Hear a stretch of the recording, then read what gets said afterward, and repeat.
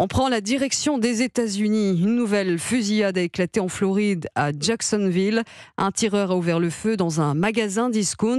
3 personnes ont été tuées. Un acte qualifié de raciste par les autorités à Vivafrid. Oui, vers 13h50 heure locale, un homme masqué vêtu d'un gilet pare-balles entre dans un magasin Dollar General.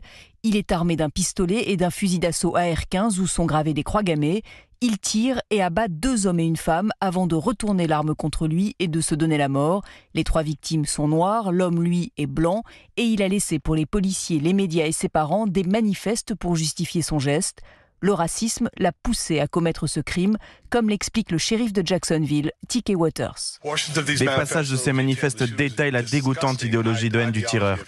Pour faire simple, ce massacre était raciste, il détestait les Noirs. 30% des habitants de Jacksonville sont noirs et la ville est le siège d'une université historique noire. Le tireur aurait d'ailleurs été aperçu sur le campus avant le massacre. L'homme était connu des services de police. En 2016, il avait été impliqué dans un incident domestique. En 2018, il avait été soumis à une évaluation psychiatrique par les autorités, ce qui ne l'a pas empêché de se procurer des armes à feu dans un état où un permis n'est pas nécessaire pour en acheter. Depuis le début de l'année aux États-Unis, il y a déjà eu plus de 450 fusillades de masse. Aviva Fried, notre correspondante aux États-Unis.